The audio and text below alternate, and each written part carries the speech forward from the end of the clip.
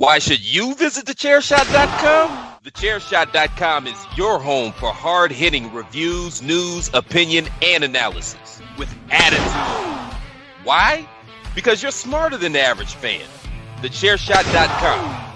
Always use your head. Hello, my name is Simon Miller from Whatculture Wrestling, and you are listening to the PodMania Pro Wrestling Podcast, and you better keep listening to it. Why? Here's why. You're listening to the PodMania Pro Wrestling Podcast, a sample of the best pro wrestling podcasts we can produce on our tiny budget. Check us out on Apple Podcasts, Podcast Addict, CastBox, and all other podcast platforms. If it's wrestling you want, check out more of our great content at podmania.co.uk. Let's do this.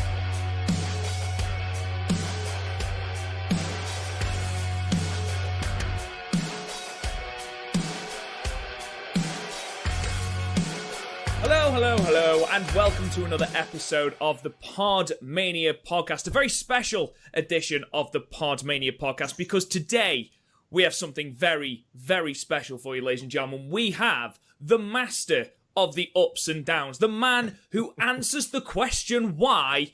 I slapped and I hit my microphone, but it's Simon Miller. How are you, Simon? Oh, I'm great after that. Thank you very much. The master of the ups and downs. That's not usually what I get. Usually I get, you gave that an up, you piece of so-and-so, you piece of crap. Like, all right, geez, mate. It's just a man pointing up and saying up. It's all right. But no, I'm good. I'm good. How are you guys? I'm very well, thank you. Very well. Garth, Chris, hello. I probably should have given you some manner of introduction. Hello. It's fine. I'm used to it. How are you both today? Fine. So much uni work, but other than that... Good, Mr. Positivity. So yes, ladies and gentlemen, we've got Simon on the podcast, and before we start anything, Simon, I want to give you a little bit of a double-edged compliment, really, because Whatculture was a massive reason that I got back into wrestling, and I remember there was videos in about 2016, sort of, about wrestling, and they came up on my YouTube feed. And I was like, oh, okay, I'll check out wrestling, see if it's any cooler than when I stopped watching. Basically, I wanted to see, is Alberto Del Rio still relevant? No, brilliant, I'll start watching again. But, that was fine. But then that also introduced me to Bray Wyatt. Now, Bray Wyatt is my bae, basically. He's my absolute bae. Podcast. And you introduced me to him through your channel, and now he's dead in the water, and it upsets me. So he doesn't exist anymore. He doesn't, and that upsets me. So thank you for introducing me back into wrestling, but also, how dare you introduce me to Bray Wyatt? Well, I like to think I did you a service, really, because I taught you that wrestling is great, but also that it would always screw you over at some point. So I was just giving you a very true-to-life version of pro wrestling. So you're very welcome, and I'm happy we can do that. And seriously, man, that's always cool to hear. A few people say that, and you never really, you never really think of it like that. So yeah, I appreciate it. No, not at all. So basically, ladies and gentlemen, the way we're going to structure this sort of interview, we don't want to do a formal interview. We'd like just to have a chat with Simon. So what we're going to do is just going to have a little bit of a chat, and then we've got 2 brand new games to play with Simon. He is basically our guinea pig to try all these games on. We've got one called WrestleGear Solid, which genuinely, I can't begin to describe how happy I was when I realised that I could name a game that. I was really proud of myself. I don't think Chris and Garth were as excited as I was. And then literally to end the podcast, Simon, all we're going to do is we're going to ask you 10 quick-fire questions but you've got to answer as quickly as possible. Cool. I'm ready. I'm ready to rock. Ready to rock? Let's do this. Garth, I know that you are a massive Miller mark. Yes. So I'll let you start off, buddy. No, I mean, it's just great to get them on. I mean, Millie, you'll probably remember the old Ministry of Slam days. I certainly do, my friend. Yeah, that's a long time ago. And that's where I first heard your sultry tones. So, well, dude, thank you for staying with me for so long, dude. I appreciate that as well. That's when I think I tweeted you the other week about AJ Kirsch as well.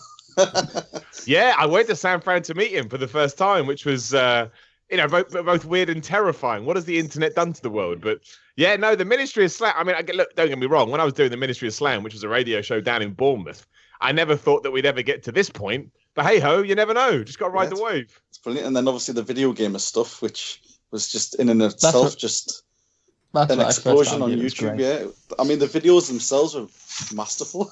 Well, that's very kind as well. I mean, I was actually talking to someone about that today because somehow it's almost been 4 years since we started doing that, which makes me want to stab myself in the eye. But all of it is.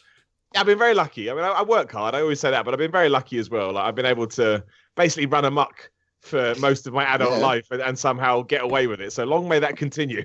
I think of all the things that you've done, and I know, like, obviously it was a dream of yours, but I think all the people who followed you and the fans were so happy when you actually got into wrestling. Yeah, I mean, that was, it sounds so cliched and cheesy, but it's true. Like I knew I wanted to do it. And obviously before I made that debut, I was backstage. I was pretty nervous, as I think most people would be. Yeah. But as soon as I got that reaction, and as soon as all the night, people said such lovely things, it took me about 5 minutes to realize I got to keep doing it. Then obviously we got injured, which is fine. These things happen. But sorry, go on, man. I was going to say, at least you got that really good picture of just after you took that shot, covered in blood. Oh yeah. I had no problem with that. Oh, that's brilliant. I thought to myself, you started in this later than other people, so I've just got to get through everything twice as quick. So I got busted open, I hurt my shoulder. All I got to do now is win a title, and that's it. I'm done. I can go home and never wrestle again. I will have completed everything I need to do. Hey, work for Batista. Isn't it just right? I'll become an actor as well. That'd be great. What a great career arc that is. What Marvel characters are left for Simon Mill to play? That's a very good question. In your ideal world, what Marvel character would you play? Well, in my ideal world, I play Batman, who's a DC guy, obviously. Right. But that would be my main choice. But if I had to do, I do like Marvel. Who would I want to be? That's a very good point. I mean, ideally, if I could be the Hulk, that would be all right, because he's massive. He's definitely getting pushed. Vince McMahon definitely pushing the Hulk. You should be Red Hulk, be the heel. Yeah, exactly. Yeah, I got the choice then as well. You see, nice, he's a heel term.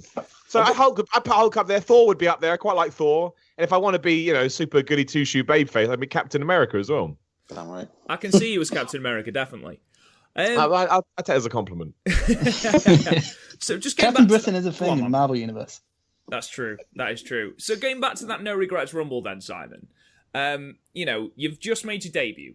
And, you're just looking around. There's all these people. Like, I've always wondered about Rumbles. You hear people, being interviewed about it, and you say, like, you've got the basic things mapped out, and then basically the rest you just make up in the ring. Was that the case, or did you know exactly what you were doing, who you were doing it to, and when you were eliminating, what sort of went on in the lead up to this?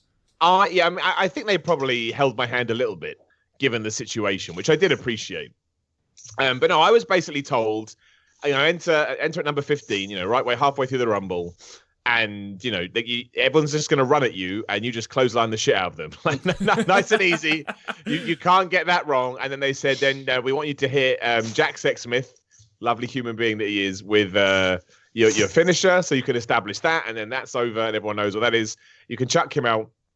It was a pin, wasn't it? Because it was a pin Rumble as well. Yes. And this is the best part of the story. And I know we don't like going inside baseball too much, but I don't mind talking about it because I like to shout him out as much as possible. They all said to me, then you just go to Doug. And I said, okay, well, what do I do when I go to Doug? Referring to Doug Williams. And they said, just go to Doug. And I was like, all right, that's a bit ominous, but I'm trying to do it.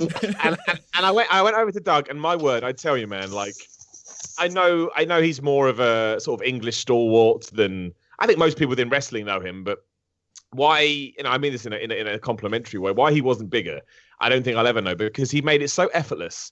And, he just walked me through things so easily, and he calmed me right down. And yeah, it was just, he just made it so easy. And to me, he was like shouting because it sounded so loud, but you watch it back and you wouldn't even know he was saying a word. And I was like, man, you've got this down. And then, yeah, he just kind of walked me through it. He kind of fed me to some other people. And it was just a case of, wait until, you see so-and-so come in, then you do this. And then, yeah, it's mapped out quite meticulously. But I guess that it has to be, because the biggest problem with any kind of Rumble is everybody needs their spots but also when somebody else is having their time, you need to make yourself scarce. And it's kind of funny, like when I watched Rumbles differently now after being told that, and you do see somebody will just go to the corner for 10 minutes and lay down. Like they just won't do anything. I never really noticed that before, because naturally your eye is trained to watch the people doing things. But if you actually take a step back and, kind of look where you're not meant to, guys will just stop. So yeah, it was quite meticulously planned, but I mean, I think just because it was my first match, I was probably nervous, so overthinking it. But I don't think it could have gone any better than it did, or at least not from my vantage point. I mean, my clothesline sucked, but I'm all right with it. The people I was clotheslining, I think deep down in my head, I was like, okay, well, we can either, take out some of the best prospects in British wrestling right now, or we cannot do that. And I was like, let's not do that just in case. So yeah, if I could have hit better clotheslines, I would have done. But hey ho, that's how we learn. That's how we get better. So it's all good. It's not JBL then. Well, if it was JBL, I probably would have hit him harder, to be honest. But, yeah. Oh damn! Getting Miller. That's actually something I wanted to ask you. How does training to be a wrestler affect how you view wrestling now? Oh, absolutely massively. I mean, I know I do the ups and downs and stuff, and I love the internet. I really, really do. But some people like to make up their own narratives. I mean, if you actually watch any of the ups and downs I do, it's very rare that I've ever said a match is crap, because that's just not who I am as a human being. Like, I know when a match is bad, but I don't feel like it's my prerogative to say that person is a shit wrestler, because I think everyone should have their own opinion. I think everyone should be allowed to critique anything. I don't buy into this whole, oh, you've never done it, so you can't have an opinion. That's nonsense. It is. However, I do think that way a little bit. There is a small part of me that always went, well, I've never done it, so I'm sure it is really hard. And now that I actually have trained, you can double that. Something like a headlock takeover, which I never would have even looked out for in the past, I will now watch on Raw and SmackDown and be like, that's amazing. They do it so smooth, and of course it's a matter of something like a headlock takeover. It's more a matter of repetition than skill, but they do it so effortlessly and so easy that I do see those things more. And I still will call out. But let me rephrase that. When I want to talk about a match that is bad, I'll try and say it in the most positive way as I can, because nobody goes out there to have a bad match. I think that's the thing. And if other people want to sit around and go, "Oh, that match was shit," okay, that's cool. But I don't want to do that, because again, not in my nature, but also I think when you do it, it does give you a kind of a new respect for it, and it gives you a new perspective on it. And honestly, I see some people put other people in wrist locks. I'm like, oh my gosh, you did that so easily. So yeah, I mean, it has changed it loads, but I think for the better. And if nothing else, when people tell me that I'm not allowed to have an opinion on wrestling, I can go, well, I'll have I am a wrestler. I mean, a pretty shit wrestler, but I am a wrestler, so you can go away. So at least it's given me that retort. That must be like the best thing ever. Just someone saying that, oh, well, you're not part of the industry. And then you just sort of puffing up and going, well, actually, I think you'll find I have wrestled and I've actually had my head split open with a chair. Have you done that? No, I didn't think so. Sit down. And then give them a down and walk off. You know how. Here's a link to my Titantron. Yeah, man. I got Titantron theme music. What you got? Nothing. Can I just say as well, not just because you're on the podcast, but genuinely, when you debuted, it went up on YouTube like a couple of days later, I think. And honestly, I had that fucker in my head for 3.5 days. I was like, I can't get it. Just you going, why? Here's why. And I was just, I can't get it out of my head. It just repetition. Shout out to Defiant for that one. I mean, it seems so obvious in hindsight, but I guess I didn't want to push it too much. They went, Miller, just put why, here's why at the beginning of your stupid entrance music. And I was like, well, it's even like calling your finishing move ups and downs. It makes perfect sense, but genuinely, it fits the move. It's brilliant. Yeah, it's really good. That's what I mean. I kind of bought into the idea pretty early on. There's no point. Why try and get other stuff over, as they say, if that's the kind of stuff that people know me for. And so, when I thought about calling it the ups and downs, I thought, well, just do a move where someone goes up and then you slam them down. that can't be too hard. But I think I'm not saying that I'll stick with it forever, but I certainly will until it feels like it's run its course. And maybe it never feels that way, which would have been even better. It looks like the Stone Cold Stunner's out of retirement now, so you could use that. Well, dude, actually, you say that. I was at a Defiant show on Saturday, and I said to someone, look, man, if Kevin Owens can start hitting people with Stone Cold Stunner, why can't I start hitting people with the jackhammer? I mean, people want to see it anyway. So I had a very serious discussion about potentially just finding out, kind of coming up a way to tweak it. And I literally, spoiler, I may start doing it. Who gives a shit, man? Who cares? Let's just do it. I just want to see you do like a Goldberg squash just for one match. Let's just like to end a feud with Blue King Sharp or something. Just boom. Dude, I pitch that everywhere I go. They go, Miller, what do you want to do? I'm like, just beat everyone. Why not that? just win. Yeah. Just be in Austin Aries. You're a belt collector now. Yeah, I tell you honestly, like that's kind of my new mini goal when it comes to wrestling. I don't have to win a world title. I just want to win a title, but not just because it's a cool thing to do. But I want to be involved in a proper storyline and a proper feud with a proper payoff. I'm sure all wrestlers would say that, but that is certainly the next thing I want to try and get done. Well, that was going to lead into my next question, really. I mean, you have achieved quite a lot in a very, very small amount of time since your debut. But what does 2019 hold for Simon Miller? What are you going to, is there anything on the horizon that you can disclose? Or, is there anything, wrestling-wise that you want to do? Anyone you want to face potentially? What are you looking at? Well, there's something big going to happen in Defiant over the next few weeks. That's all I can say. I mean, if you followed my story so far, I obviously got injured, and I've been out for a few months. That clearly has to come to an end at some point. So and then I'll just trail off. But yeah, I mean, right now that's what I want to do. I felt like. Again, the night before I got injured, I faced Nathan Cruz, and it wasn't a great match. Like, I'm not saying anybody would watch that one. My word, the future of the industry has arrived. But for me, it was the first time I felt like that was a fine match. And I mean fine as in it was okay. It was average. But to me, that was amazing. It means I could go in there with a seasoned pro and pull it off, for lack of a better term. So, that's my thing now. I just want to be able to get I think you do need to get your confidence back a little bit, because that kind of ties in with ring rust and making sure your shoulder's not going to hurt again. So I just want to do everything like that. Get to the point where it's not a question of, can Simon do this? It's a question, okay, Simon's okay and he's getting better. And then, like I say, start putting myself into feuds. Start being able to really have fun with it, because I'm still at the point where I need to get experience, which I appreciate and I enjoy. So I'm hoping just by the end of the year, I can just be...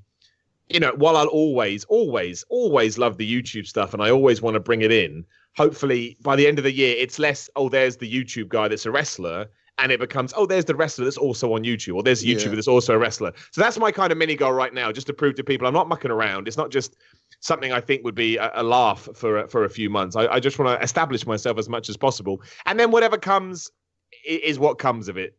I know everyone says if you get into wrestling, you have to aim to be WWE champion. Okay, great. That's not my goal. If it comes along, I'm not going to say no, but I'm much more of a enjoy everything as it comes kind of a deal. Like, I didn't know I was going to be in that Rumble till 6 weeks before, when I just got a phone call saying, Millie, want to be in the Rumble? I was like, yes, I do. So yeah, that's the thing. And if I can establish myself as a character in Defiant to the point they have a bit more confidence in me and a bit more trust in me and can start putting me in bigger and better feuds, that will be wonderful, and I'll be a happy man. Yeah. I mean, if you... Oh, sorry, Chris. I did cut you off before, mate. So go on. I'll let you ask your question. Do you ever find it slightly harder to progress and get to the next level when, like, marks who are already out to not like you are, say, just putting you under a microscope and getting you on every tiny mistake you ever make? Like, does that make it harder to progress?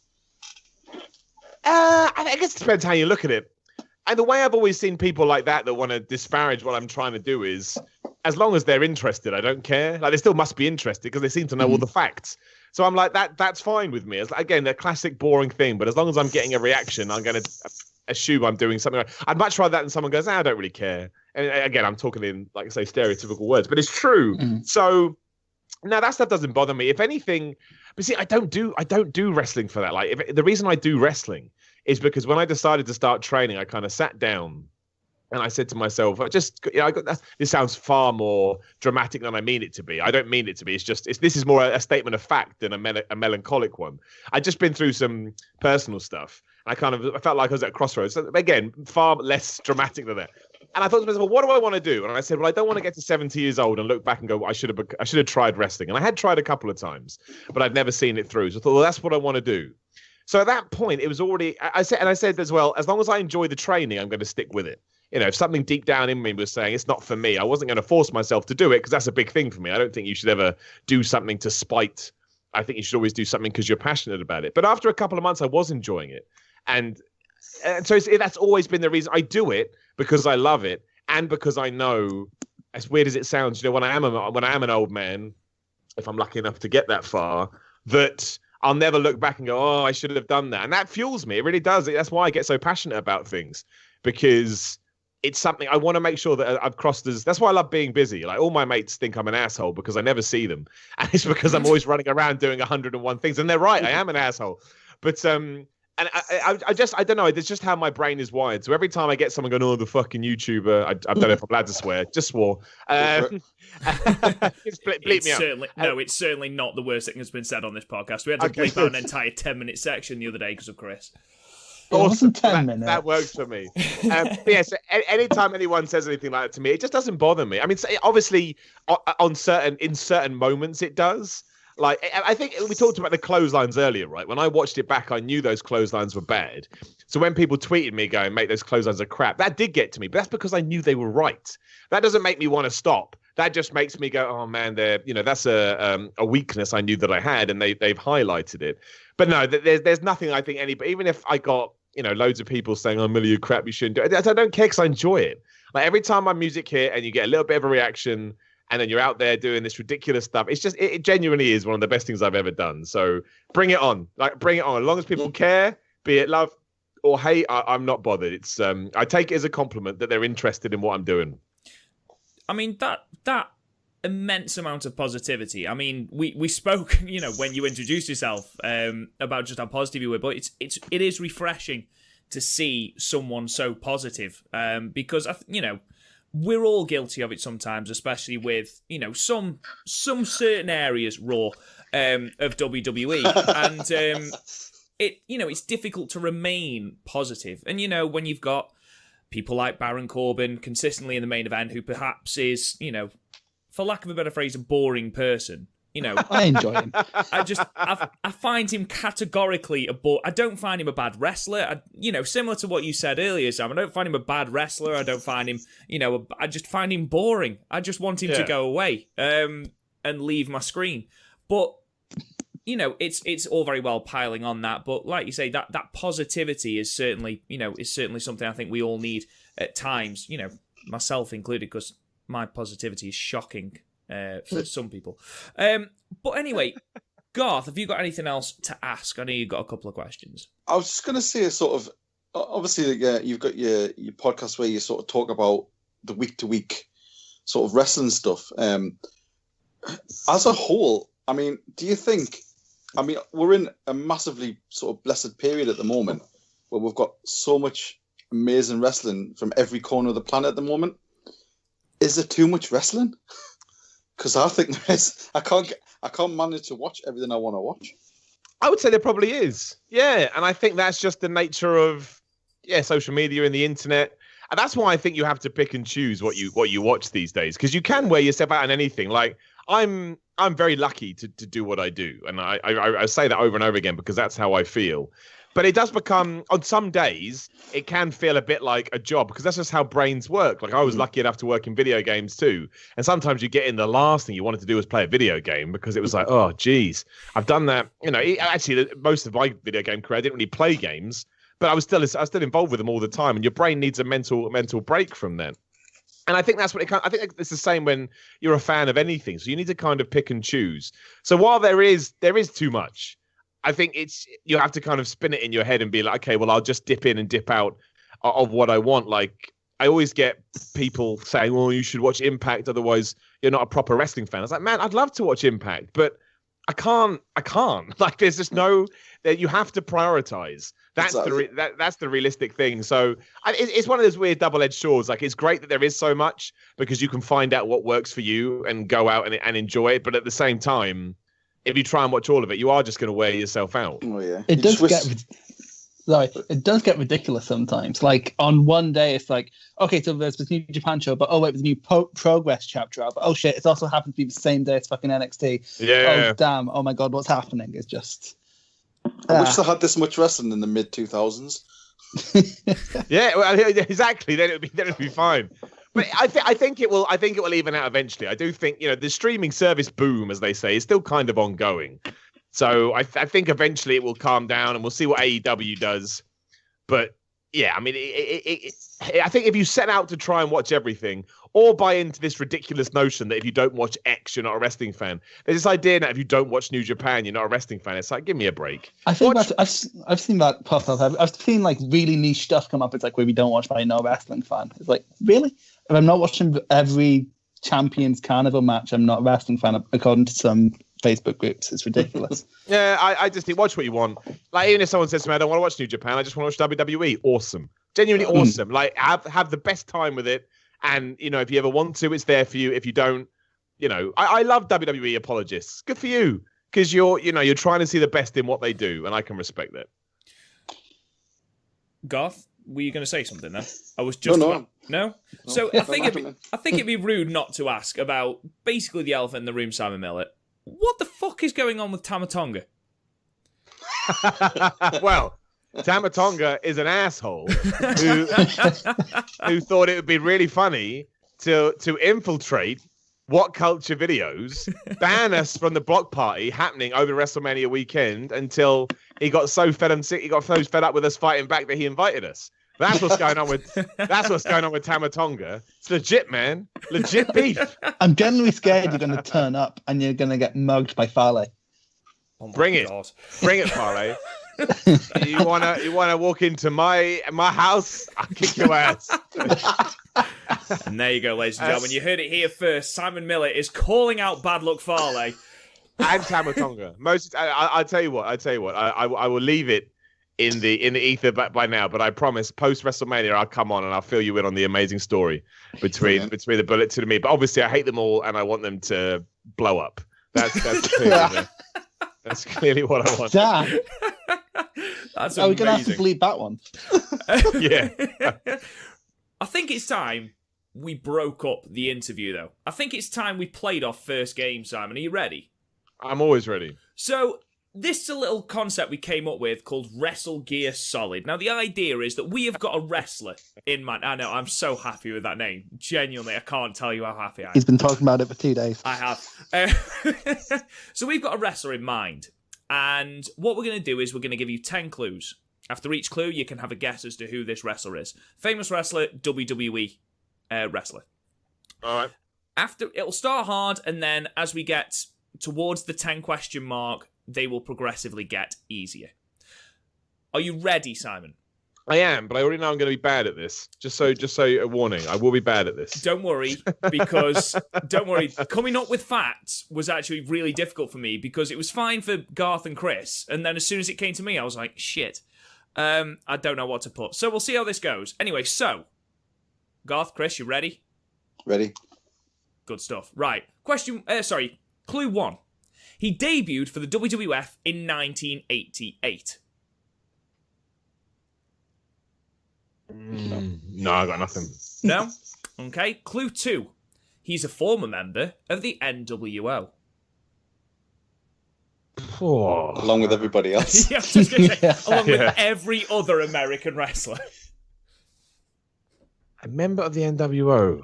I mean, no, that's too late. No, I don't know. Okay. Are you giving up on that clue? Should we give you another one? Yeah, I am. Okay. Clue 3. He was a participant in the Deadly Games tournament at Survivor Series 1998. That should be obvious then. Let me go. I was going to... but 1998? The Big Boss Man. Yes. Correct. Well, Is that right? Yes. Come on. There we go. Damn it, my favourite one didn't come up. Why did you put my favourite one Don't worry. I'll go through the rest of the clues and see at what point Simon definitely would have got it. So you got it on 3, so well done. That puts you... I'll take that. That's a very, very good achievement, that. That's impressive. I wouldn't have got that. To be honest, I wouldn't have narrowed the fucking clues. So he was a key part of the corporation, was number 4. Number 5, he was finally inducted into the Hall of Fame in 2016 by legendary manager Slick. This probably should have been close to the start because this was quite tricky. He defeated Coco Beware at the inaugural SummerSlam. This is what I mean. I had to find really niche facts because you come up with all the decent ones. He has a taste for pepper. That was Chris's one. Obviously, Al Snow's poor dog. And then basically, he once took a ride on a coffin. Do you think you'd have got it eventually? Yeah. I think I would have got there. I think I would have got. But I'm proud. I'm proud of my achievement. But congratulations, that is impressive. After 3 guesses, we're gonna have to make these harder, boys, because clearly it's far too. But we came up with a random wrestler generator, and the first 2 were Ric Flair and Stone Cold Steve Austin. Well, we can't give him them. Too easy. I was just gonna say we can't give him them. But yeah, before we go into our quick fire round, sort of to tie off the interview, Chris, Garth, is there anything else you want to ask Simon? Chris, go. Yeah, I'm fine going into the quick fire. You fine getting into the quick fire? Okay. Yes. Right. So basically, this is the first thing that comes into your head, Simon. Okay? We're going to give you 10 questions, and we literally just want you to say the first thing that comes into your mind. Okay? All right. The quicker, the better. I'm looking forward to some of these responses.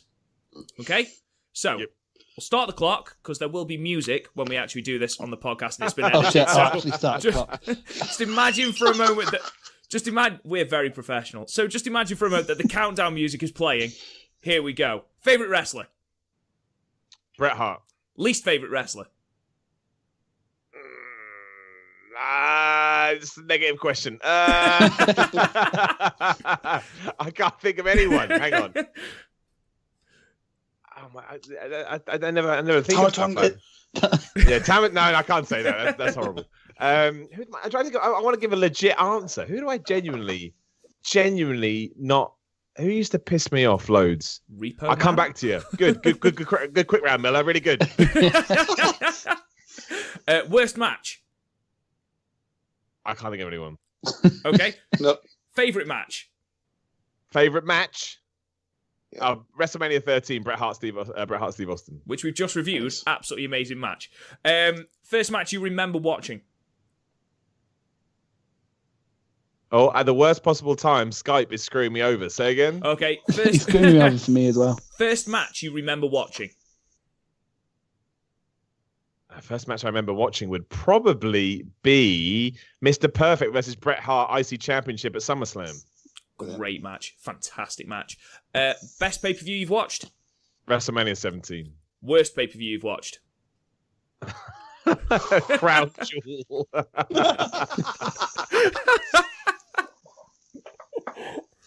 Good answer. Best wrestling game of all time, aside from No Mercy? Oh, WrestleMania 2000. It's a good game. Yeah. I had that on Game Boy Color. It was I outstanding. secretly prefer WrestleMania 2000 to No Mercy, but don't tell anyone because they get So do mad. I. Wow. Yeah. Oh my God. Hot takes everywhere. I And like Fire Pro. Fire Pro is also very good. And final best finishing move. I mean, probably the stunner, but I also always like to give a shout out to the F5 because I think the sort of backlash against Brock Lesnar, people have forgotten how hard that move is to do. Like what a hard move to do, and he does it so well. So yeah, I think it's cool as well because I think only a few people could do it. So yeah, I'll shout out. That. Yeah. Brian Cage does it as a transitional move. Yes, he does. Oh my God. But that kind of sums it up, right? Like Brian Cage, because you can only do it if you're like jacked. Yeah. It's not just something like you can just do. You got to be like massive.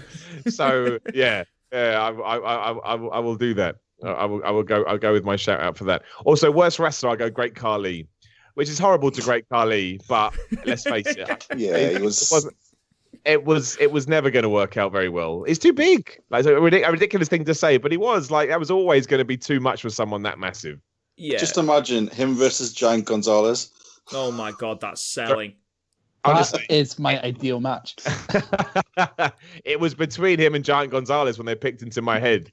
But I was like, I'll never ever pick Giant Gonzalez because he chloroformed the Undertaker at WrestleMania 9. Everyone goes on how great the streak was. They always go, he won by DQ after chloroform. Yeah. It's like you can't be that excited about it. Be Kamala.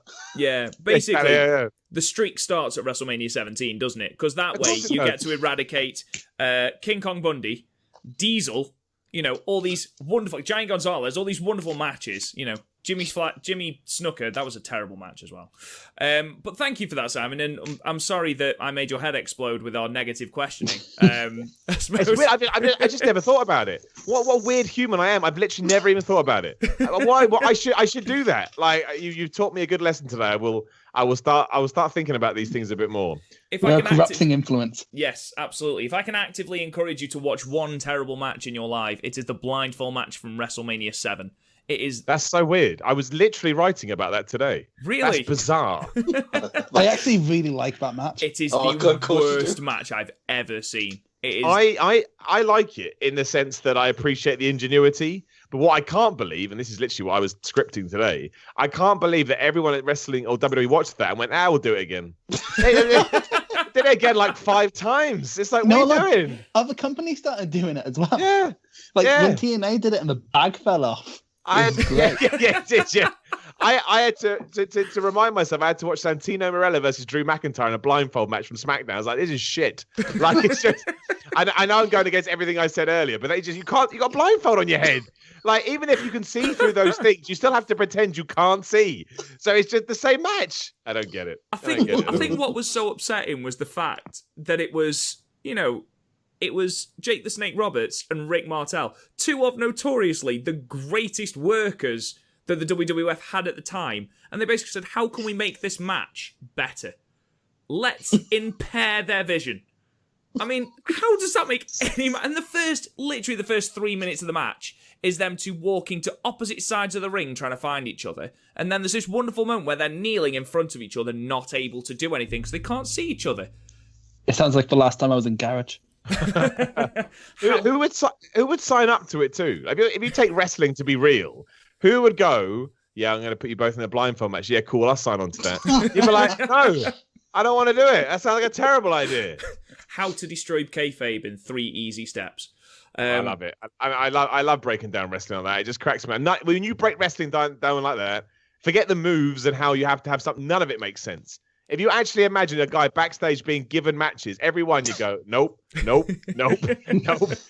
want to be in a match where you could be set on fire? Well, no, actually, I don't. To be buried? No.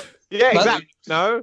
Do you want to be in a match where you can lose your title by not being pinned? No, I don't. That sounds like a terrible idea. So I'm just not going to agree to it. Do you want to put your wife on a pole match? Yeah.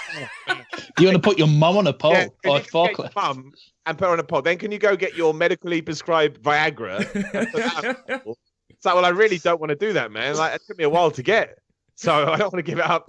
Wrestling's mental. That's why I love it. I think possibly my favourite in that vein is when... Can everyone remember when John Cena was taken off TV for a while after he was kayfabe stabbed? Yeah. I wasn't watching at the time, but yeah. Yeah, by Carlito's bodyguard. And the way they saw it, not through the courts. Yeah, not through the courts, but via a wrestling match. It's like... How is this possible? Of all the people to put in an Inferno match, Bray Wyatt, who has more flammable hair than most of the roster. It makes no sense. It makes no sense. But it is hilarious. And it has given me so many good memories over the years, which is why I will always give WWE the benefit of the doubt. Absolutely.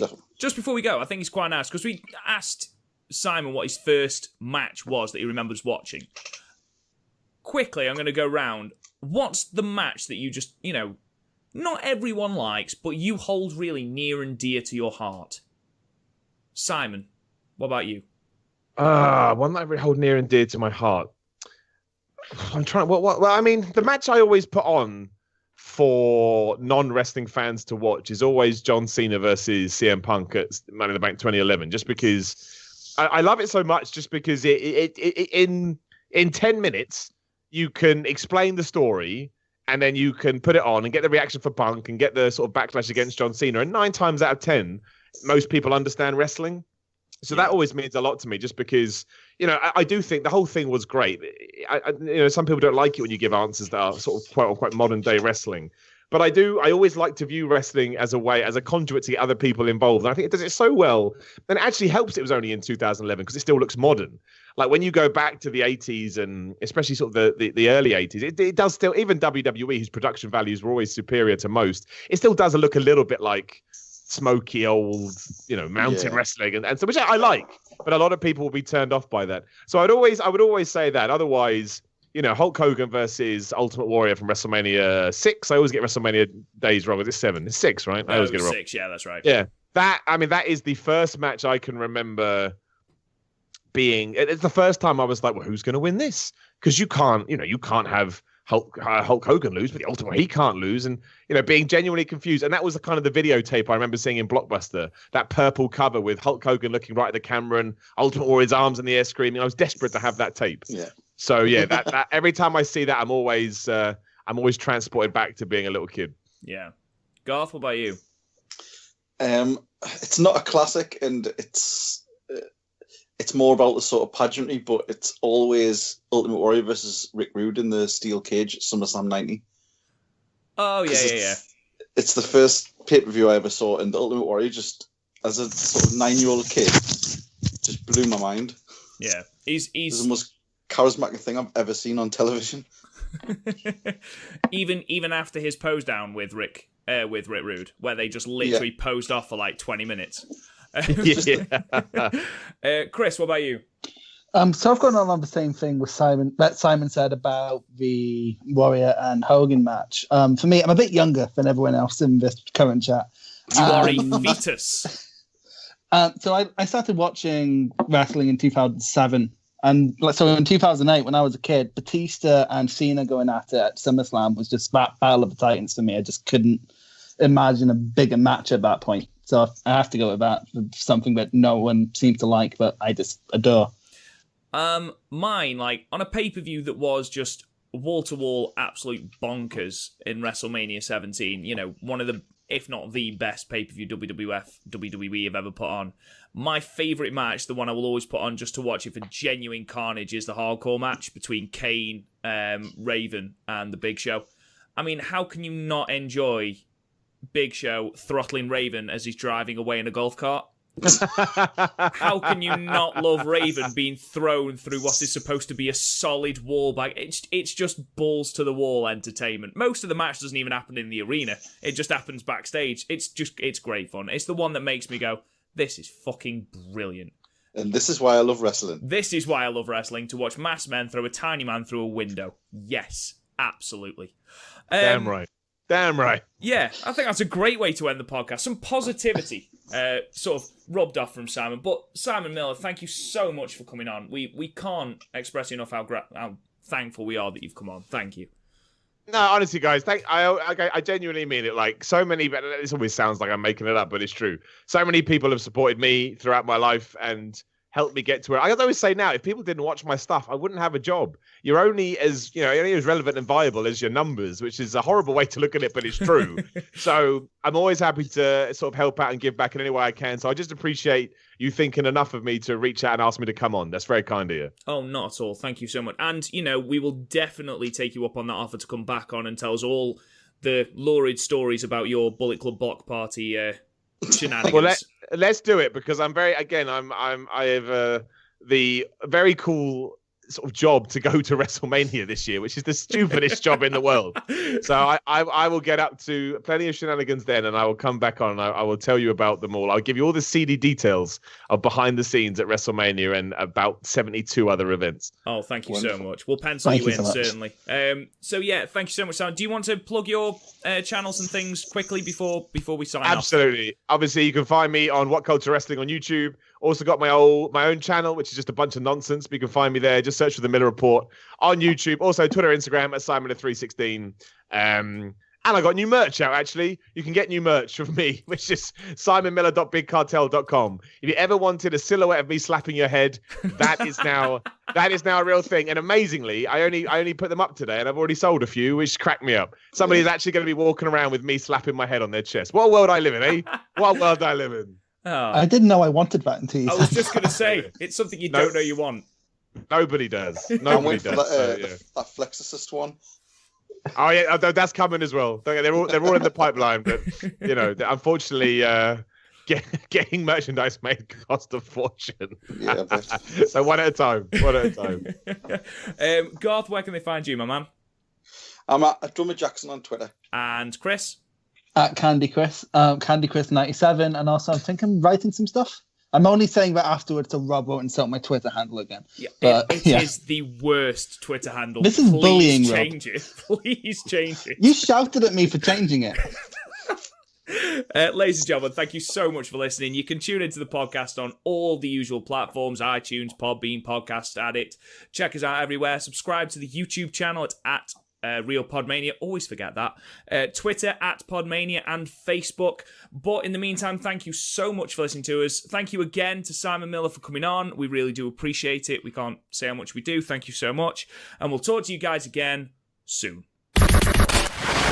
You've been listening to the PodMania Pro Wrestling Podcast. Follow us on Twitter at PodMania, Facebook at PodMania Podcasts, and YouTube and Instagram at Real PodMania. And check out the website, podmania.co.uk.